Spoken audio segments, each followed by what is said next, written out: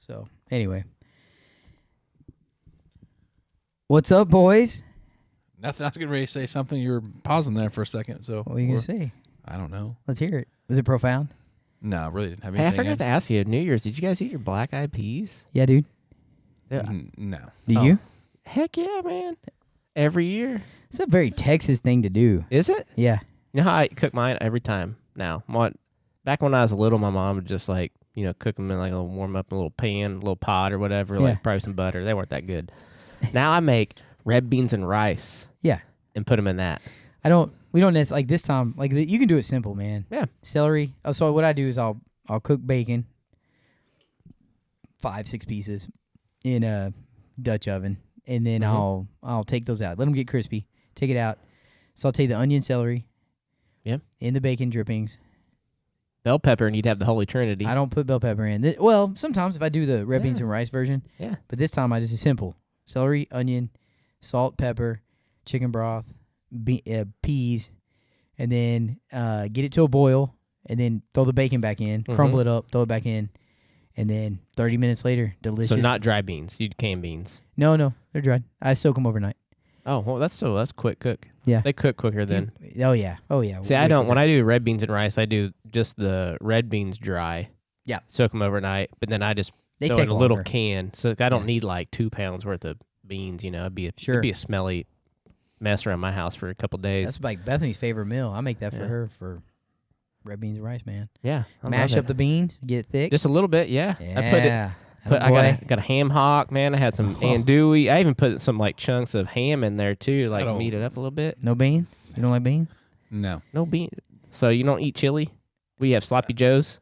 Basically, No beans and chili is Texas chili. That's not chili. I actually. What is it? This is gonna be. It's Texas chili. It's sloppy joes. If it doesn't have beans in it, sloppy joe. No, it's Sloppy not Joe is Joe. tangy. It's not Sloppy chili. Joe's like manwich or something. Yeah, no. So that is the deal, though. Like in Texas, they'll tell you. But I actually like beans in mine. But speaking of Texas, boy, I didn't know that was a Texas thing. No so beans. I do yeah. like one thing in Texas. Well, actually, you know what? Like a real, like Texas red chili would be like pieces of beef, not ground beef. Like brisket? No, probably like stew meat. Yeah. It's like I think it started like a cowboy cook kind of thing. With cheap One thing meat. on my chili that's supposed to be Texas that I do is I put like cornmeal in there to kind of thicken it up. I do like that. Masa. Yeah, it's good. Little masa. Mm-hmm. Little masa. I do like that. Smoked. Yeah, that's probably a Texas thing too, right? So actually smoke your chili in the pot, put some wood on it. That'd be good. Yeah. My dad. As long as it has beans my in dad it. will take leftover brisket. Wait, maybe he hasn't done this. Maybe I did this. Make brisket chili. Yeah, that'd be good. Sweet. It's delicious. I told him about it, though. He should do it because he Like smokes burn meat in more. chili. Woo-wee. Getting hungry? The Texans use Fritos in their chili. Heck, who doesn't? I know, right? Yeah, that's what I'm talking about, dude. We're big cornbread people. Yeah, I like Oh cornbread. man, we had cornbread, black eyed peas. Jalapeno cornbread. Yeah, dude, cornbread's so good. And you make it a dessert. Put some honey on that. Mm-hmm. All right. Well, so we kind of, like we said, this is episode number 25 of the Fatherhood Collective. Changing up things a little bit for the new year. Since we're talking about Texas, we've got a new segment here. What Adam likes about Texas. I should say what Adam loves about Texas. I'm going to get a little background music here, some cowboy rawhide or something playing in the background. I don't have anything there. But, so I was going to share with our listeners and you guys, because I joke about being from Texas, and, Texans have a lot of pride. I think everybody does from the state they're from. I think Texas has this kind of odd mystique. I think they're their own country. Yeah, they can be. That's the kicker. So they literally have like the 8th biggest economy in the world or something like that. Yeah. So good for Sounds Texas. like a lot of bad drivers in Texas. A lot of bad drivers, a lot of people. Yeah, so it was really hard for me to start because I don't want to just blow the whole, like, I want this to maybe be something we revisit every, So you want to give, you don't like vomit out the mouth of love of Texas. I don't want to. like I don't want to be tidbits. so effusive about my Just love pick like for one Texas. or two things. So so what I decided to go with, number one, Sunsets. Texas Rangers Yeah. World Series champs. That was hard not to pick. Yes, that's hard not to pick. So I'm gonna go with I guess geography. I don't really know how to say it. Texas has everything you could possibly want. Except for ski slopes. They don't have ski slopes. You're right. But they don't really have mountains like the Rockies, but they do have their version of it, and I would say it's pretty spectacular. One of my favorite areas that I've ever been to is down in Big Bend. So Guadalupe Mountains down in Big Bend. A really neat landscape. Mm-hmm. It's a really cool place. Beautiful, wild, and it is mountainous but different, right? Yep. So I will say that they have the lush, beautiful hill country with rivers, hills, and it's just very green and pretty, and it's awesome. They got some awesome cities down there too. We got the piney trees in East Texas, and it gets a little swampy if you want it to. You can go to Caddo Lake.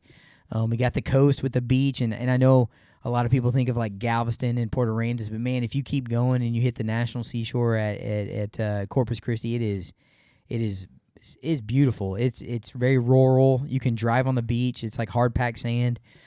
It's really neat, and there's nothing's built on that national seashore, so you can drive. I don't remember how many miles you can go. If you can kind of support yourself, you can camp out there. It's a neat place. And then I'm trying to think what else. We have the wide open spaces and canyon lands of West Texas. I'm actually a really big fan of. I wouldn't. Yeah, I love like out by like west of Amarillo. Yeah, where they it's have beautiful. like those canyons and Paladura, stuff out yeah, there. It's like it's gorgeous. Paladura Canyon is one of my favorite places in the world, man. I love that place. It's so cool, and it just like drops out of the ground, right? It's so flat, and then boom. Yeah, it's really neat. Yeah, I mean the Cadillac Ranch. Yeah. I mean, there's some flatness. So even from where I'm from, it's pretty flat there. But the Red River Valley's pretty. Do some turkey hunting there. Yep. Man, I'm gonna say geography is one of the things that makes me love Texas. And don't get me wrong, Oklahoma's got great geography as well. I just think I'll go to the vastness of it, and how big it is, and I think also gives it a little bit of it instills some pride in us Texans, and I think that we, we're only second to Alaska, right? I think in size. Yeah. I think the shape too is kind of Unique. Yeah, very unique. I mean, Oklahoma's unique. Yeah, but when people see the outline of Texas, they know what it even is. from other countries, I'm sure they're like, "Oh, it's Texas." Yeah, and that's another thing, man. It is weird, and I don't know how Texas got to this point. I do know how we're taught in school. We'll get into this down the road, but it is an interesting place. But I'm gonna say geography is my number one. Is not. I won't say number one, but it's the first thing I'm gonna go with. Of why I love Texas is there. Also, like I will say, I'm gonna throw this in the geography thing too. I think they have 6 of the top cities in the U.S., meaning I don't think population-wise, but I think from a, like, places to live, places to eat, places to hang out. So, I mean, you got your DFW area, which is, kind of I consider home. You have Austin, which is, man, you're probably going to be hard-pressed to find a better place to eat and just outdoor fun. And then going down to Austin, just unbelievable food. Houston also, which I'm actually not the biggest fan of Houston. Great food all over the place. These are massive cities. Yeah, San Antonio. San Antonio's big and super fun. Different. You almost feel like you're in a different world almost. Yeah. It's kind of cool. I mean, Lubbock, man. I've had some great Lubbock, yeah, Lubbock's big. Yeah. I mean, you can. We'll get into the food, I'm sure, at one of these segments. But, yeah, even that piece of the geography. So one thing I would say about Oklahoma is like you got kind of 2 city areas, right? Not Texas. Like you can go far west and you're going to find it. You're going to go east, you're going to find it. South, they just have big cities. So you can get into the wild. You can get away from it all. You can get to farmland. You can get to big national parks and kind of different terrain. Or you can hang out in some of the probably most advanced cities that there is to hang out in, right? Yeah, and for sure. And easily get to them. And yeah, so I'm going to go geography. Coast. Large coastline. Yeah, and it is the Gulf of Mexico, but it's something about it. The water stays warm there for well into like November, so that's kind of cool. Go down there and you can fish for redfish in those like little bay areas where they got the reef islands out there, the barrier Think of islands the transportation that goes through Yeah. there. Like we're flying into Houston, like you know, in the inlet there, and there's so many ships waiting to go in and out of the inlet there. It's crazy, just the amount of worldwide transportation that goes out. Oh yeah, man. I think that's probably builds itself into the economy that Texas boasts. Is that, man, they got a huge harbor and you can get stuff shipped in from all over the world in that way, and they can, it just major commerce. And so I'm gonna go geography. But that's what I like about Texas. This is a segment that we thought we might, since I talk about it so much, I can start kind of telling you what the things I like. And man, I think so my dad's from West Texas, and I would say that it's not for everybody. I was trying to figure out what I like what space I like the most. Big Bend is amazing. I definitely think it's worth the drive, but just know you will not get cell reception. You will not have anything. And unfortunately, when we were there, it was real cloudy, which is super odd, and actually came a massive snowstorm. We had to leave early, or we would have been stuck there for a few days. So it's kind of crazy. But it's the Davis Mountains out that way, Marfa out that way, all those things, very eclectic. I have been to Marfa. You have? Yeah. Yeah, it's very, very eclectic, kind of neat area. Mm-hmm. It's different. Makes you want to ride a horse. I mean, it's just kind of cool. But West Texas is really neat. You can just see forever, thunderstorms, the sunsets, all the thing. The sky at night. I mean, it goes from you can't get it out of your vision. Right? There's nothing to block it. It's so cool. I do like it out that way. So I would say probably southwest Texas is probably if I had to pick an area to say my favorite. That's it. But man, yeah, all kinds of neat things about it. But yeah, I don't know. Have you guys been traveling around Texas much? I haven't been to Texas that many times. Yeah. You know how I feel about Texas. I think I've been all around. All around Texas? Yeah. Oh, yeah. You've been down to Marfa. That's way down there. Yeah. San Antonio? Not many people have been to Marfa. No. That's not from at least Texas. Yeah. Well, I made a trip there. No, I mean, I think I've been to all, when I flew at American Eagle, we used to fly to, I think I've been to probably at least decent size city, from El Paso to what's down there on some of the border towns, Laredo, Mission, to the east. I mean, I've literally covered the entire state for sure. Yeah. Waco's a great town. Yeah. Right. Yeah. Hey, you can there's Woolly Mammoth Museum. Yep. Right in there in Waco. Yeah. Which is Waco's cool. Yeah. That's you can talk geography. So state parks in Texas are really nice. I love those. Mountain biking is a fun thing to do. But yeah, I'll say geography, which is probably not, but they definitely, man, like Lake Granbury, there's dinosaur tracks you can go look at.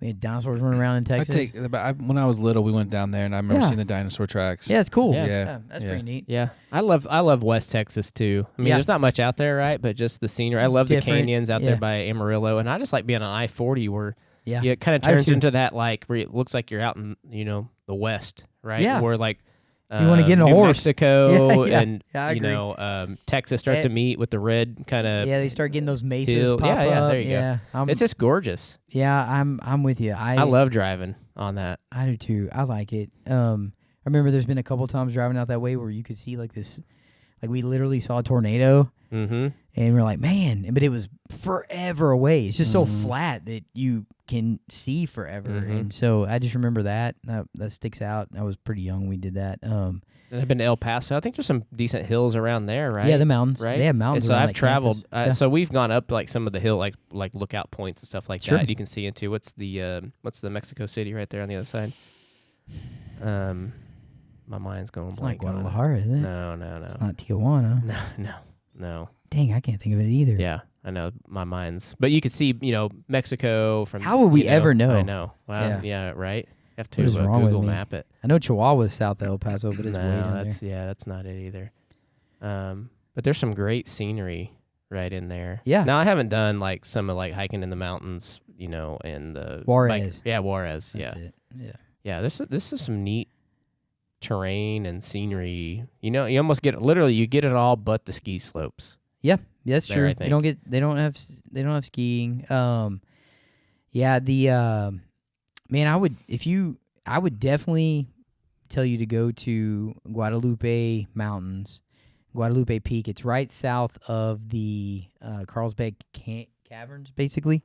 So you knock out two little national parks right there. They're really neat, man, and you can do a heck of a hike and get up there. And because of the terrain around, you can see forever. It's really cool. Anyway, so yeah, I like the terrain of Texas. Yeah, I'm a fan. Boast about it. Yeah. Yeah, I will say. Yeah. Really humble about it, aren't you? Very humble about Texas. Yeah. Did we already talk about humble in the episode recently? No, a few weeks ago. A few weeks ago. Yeah. I'm very humble about Texas. It is kind of a joke. And I like to feed into it a bit. I like Oklahoma a lot. We really enjoy people here and enjoy the things it has to offer too. A lot of pretty terrain as well. I just think that the vastness of Texas offers just a little bit more. It's just big, man. It's just big. Honestly, man, you go to East Texas, it gets a little creepy because you can't see past the trees. Like it's a little weird because I didn't grow up like that, you know. So it's like almost like you're start getting into Cajun country. Yeah. You get a little like some gators around there, you know. You better watch out where you step. Yeah, who knows, man? I don't know. It's pretty too, though. I mean, the trees out there are pretty, and it's thick. And how long does it take to drive from the east side to the west side? You know. For a long time. No, I can't. Like, if you went Texarkana to like El Paso or something, geez, man, I don't know. I can't imagine. I know if you go from where I grew up, right on the Red River, Gainesville, Texas, on I-35, and you go all the way to South Padre, I mean, it's like 10 hours or 12. Is it that long? 10 to 12 hours, yeah. I would assume across is more, but I could be wrong. So how will we ever know? Google Map. I don't know. There's a bike ride you can do that goes across it. Yeah, that sounds terrible. It does. It really does. It really does. It's a 1 point in my life. That sounds even worse than the Hotter Than Hell ride they have in Wichita Falls. I've done that. I've done it a few times. Yeah. What was that, 100 miles? Yeah, it's I've only done the 100 miles once, and I've done the 60K multiple times. And actually, the year I did the 100 miles, it wasn't that hot. It only got up to like 94. Wow. But the years I've done the 60K, like it did before we were done, it was up in like the high 90s, hitting the 100 index. It pretty brutal. I'm out. I can't do that anymore. That's it. So new segment, maybe we'll do again. What I like about Texas. 6 months from now, we'll let you do it again. Yeah, 6 months from now, I'll find a new. I'll give you one more. When you come up with another idea of something else you like about Texas. Yeah. I got plenty. I was trying to do big things, so like we can get into the food at some point. Maybe that'd be pretty easy. Anthony's probably got a lot to contribute there for sure. All right. So another thing that we kind of talked about, and just not really a good segue into this, is recently some conversations come up around a circle of friends just talking about sharing God at work. And how do we go about that? And if you guys have had the opportunity and kind of, I know we're all in a little bit unique kind of environments, where that is not maybe the easiest thing to do. And I kind of wanted to talk through that, and I put a little thought into it, I did a little research, kind of reading around, and I looked at probably some of the legal aspects, like what is allowed, not allowed. And I think that we probably, I'm going to say this, I think sometimes that we take that not as an excuse to not do it, but I do think we're a little hesitant because we're afraid to offend. I do. I believe that. Because I don't think there's no law against, right? You can't. There's not like something that you're actually going to get in trouble, technically, right? In my situation, I could get in trouble. Yeah. In the public school setting, like I can't just start. But that's like a separation of church and state. So like you're in a very unique situation. I would say that I probably, unless I was just really ramrodding it, forcing it down people's throat, I think that's when I would get in trouble. I don't think if I bring it up as like something important to me, or like, hey, this might benefit your situation. I don't think that would necessarily get me in hot water or get me fired. Yeah. Let's put it that way. But I do think sometimes we probably think in that manner. And so I wanted to kind of talk through just some thoughts there. And let me see, once again, handwriting here. Seems to be a common theme. Yeah, I'm working on it this year though. I already started. I just happened to do these notes before I got better. Still print, not cursive, right? Yeah, still print. Yeah, like I need a better pen. I do. I got to get one of those weighty, better writer, weighty pens. Yeah. So I think that the simple answer is probably through your life, right? How do you present God to people at work? And I'm going to say the very simple answer is through the way you live. And I think that's easy to say that. But what I would say with that though is that, we talked a little bit about this when we were talking about humility in a couple episodes ago, but dependence on God is important. And I'm not sure in our culture, and I'm talking even in our evangelical Christian circle that we really think that through very often, right? We talk about like, man, dependence on God. We need God for every breath. We need God for every step. We need God for every movement, right? And I'm not sure that we think in that manner. And so I think that if we could think in that space, even going into our work day, that would be beneficial, right? So we depend on God. So everything that happens is from God, and God will take care of us. We depend on Him. And then the biggest piece of this, and I think that you know, we've all felt this, we've all fallen short in this space, but to live with just integrity. Like, you know, be that person, and that's when I say live through your life, is just have integrity so that there's no, you know, you talk in the right manner, you treat people in the right manner, you act emotionally in the right manner, and through the lens of God. If you do that, then when those opportunities come up, you're probably going to be less hesitant. Yep. Does that make sense? Because there's no, well, dadgum, I just told a dirty joke yesterday, and now I have an opportunity to talk about God, and it's just not going to ring true, right? Yeah, they're not going to take you serious. Yeah, yeah. And so I think it's super important. I mean, these are things that you would tell your kid, right? Like, hey, if you want to share God with people at your school, you're going to have to live in a different manner than they do. Or it doesn't work, right? It doesn't matter. I always heard the term, like, you want to have supernatural fruit, right, on display to people. Absolutely. So I think those are the two like precursors that I would say, is that you're going to have to depend on God and live with integrity, and I think that we all understand that. And then I think the biggest I'm a very relational person, right? Like, I want to have a relationship with people, and it's my leadership style. I definitely want to hold high accountability, but I want to do that because I know you and I care for you and I want to see you develop, right? I don't do it because it's a result we're trying to get. I want to do it through our relationship. Yep. And so I think the same goes for sharing God in the workplaces. I want to connect with people. I want to genuinely care about whatever might be going on in their life. Not just the fun stuff, not just like, hey, how was Christmas? But I want to care about, you know, their grandmother passing away or their wife having surgery or whatever. I want to really be in tune. And when you do things like that, that's really when you can build those deep relationships. When Absolutely. you realize and you recognize when they're struggling and you are reaching out to them. I know as a future, hopefully, administrator one of these days, I know that will go a long way. You know, just, hey, why are you sick? You know, figure out why they're sick, why they're gone, and just dig into it a little bit more and acknowledge that we're humans and things happen. Yep. Yeah, and that kind of opens up a time, too, to kind of insert that God into that conversation. Bingo. You know? So I think if you're not doing those things, if you don't have a relationship, and when that opportunity does present itself, sometimes that can feel very forced, not natural. And I'm not saying that the Holy Spirit doesn't lead sometimes and you don't have a moment to do that, which we'll get into in a second. But I do think build the relationships with people.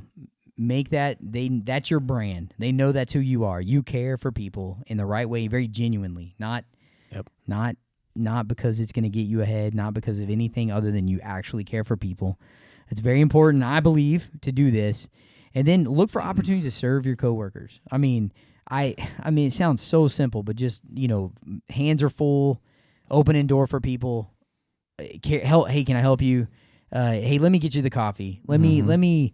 You know, whatever. And it's not being subservient. It's not like doing things that are out of character. Just having the mindset to say, like, you know what, I'm going to serve my fellow man, woman, whatever that I work with. I'm going to, I'm gonna make sure that I'm being a servant-hearted leader there. And I think that goes a long way. And so what I'm kind of talking about is when you're in these like very, you know, day after day after day relationship with people, right? Like you spend a lot of time with people at work, years and years. I sat right next to him for hours and hours. Yeah, right. Well, I can't imagine the deep conversations you get into. Not always, but oftentimes you do. And then when you start caring about them and their family and their life and what they're going through, like Anthony said, man, it opens up opportunity. Like it just does. And oftentimes when I've had the opportunity to talk to them about God, it was because they said, well, man, you seem to be going through a tough time, but you're handling it different. Yep. Or how come you are always happy? That's one I get a lot, right? How come you're always happy? And it's and you can, you know, immediately kind of go into because my hope is in something different than just this, right? Like it is a big deal, man. But then I do think there are times that if you're doing these things and you have an opportunity with maybe a short, I don't know, I'm trying to think of a situation, maybe someone is visiting the workplace, or you're doing a training for a day, Lucas, or Anthony, you've got a layover somewhere and you meet somebody new, right? And the opportunity presents itself, and you guys know it. I don't know how many times I've ignored it, and it makes you feel like, I've ignored it before, but I know that if I'm doing these things, if I'm living with integrity and I'm depending on God and I'm actually seeking a relationship and I genuinely care about people, when those times present themselves, I think it comes across very genuine to say like, hey, have you ever thought about this and coming at it from this lens, and this is why I think that and why I believe that, and you can start inserting, Jesus and your relationship and God's sovereignty in your life. And I think it works out in that manner, and I also think sometimes it's just relax. Don't put so much pressure on yourself. I think a lot of this is coming through in your life, and I think that we do that. We'll even pray for that, like in our small group. Hey, help me, pray for me that I can share with people at work, right? Because I think we put all this pressure on ourselves that we're not. I don't know, like it's these momentary things or whatever, but I think it's an accumulation of activity in your life, right? And so I think it's a big deal. And then I think also, I don't want to say last, but I think oftentimes it's just listen, just listen to people. Maybe you don't have to insert your faith immediately. Yeah, listen without judgment. Yeah. Just listen and care. Care. Truly listen, right? Yeah, truly listen and truly care. And this goes back to the conversation we had a couple episodes ago about humility, where just be actually empathetic. Like, be there, be present, be an active listener. Don't speak first. And I think sometimes, man, that put the guards come down, and often, I mean, this happened just the other day, that I sat and listened, and then ultimately they asked, how would you approach that? And then there it is. I got the opportunity, right? And I felt zero intimidation or I felt zero, like I shouldn't say it, because it was all just there, right? They had just spilled their guts. They had said all these things, asking my advice, and it was an opportunity for me to say, well, here's how I would approach that, right? And it was a good thing. Now, don't get me wrong. I've definitely missed the boat a few times. So anyway, that was on my mind. I wanted to share that. I think it's something that, like, as you are raising your kids and as you're in the workforce and as you're, leading people or you're serving in a church, I think these are things that, like, we all want to do. And I would just say that those are some actions that you can take to kind of get yourself prepared and ready. You don't have to know every Bible verse. The Holy Spirit will cover some slack for you, for sure. Yep. For sure. That's great stuff. Yep. Great stuff. Appreciate that. Awesome. I got nothing else. You did good. You covered it well. I covered it well. Yeah. I feel like I talked a lot because it was a lot of Texas and then a lot of that. Nothing else? Oh, Texas is big. Texas is big. A lot to talk about. Texas is big. My ego's big. Yep. That's how it goes, right? Yeah. Hey, your faith is big too. So faith is big. There you go. Yeah, it's got to be. All right, boys. Well, we'll catch you next time. Thanks for listening.